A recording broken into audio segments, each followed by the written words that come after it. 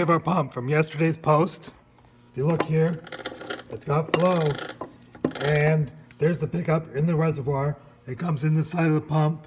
We've got our prime here, which we just put a couple drops, and that was enough for this gear pump, where the original pump in this rigid pipe threader had a rubber piece that would run around, and that thing just would not prime. So this is a better design.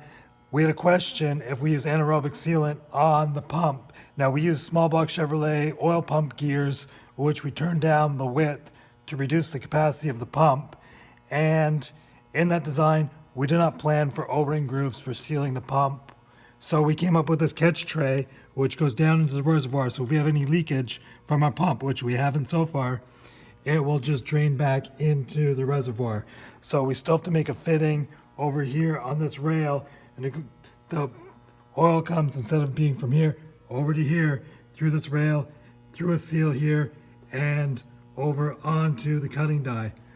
So that's how that works. And we're going to follow up more in the future. So the other thing to look at is, did this project make sense? From a standpoint, we could do it in-house. We learned a lot. But at the same time, it would have made more sense to spend $400 and buy a new pump instead of $2,000 plus shop time making this, because you got to look at your internal hours the same as billable hours. So, I mean, we're way over $2,000.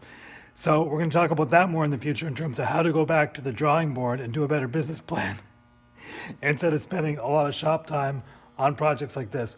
And if it's one of those things where you want to do it and you enjoy it and that's what you want to spend your free time on, well, that's great. And sometimes I feel that way, and other times it doesn't work so well. So we're going to revisit that in the future.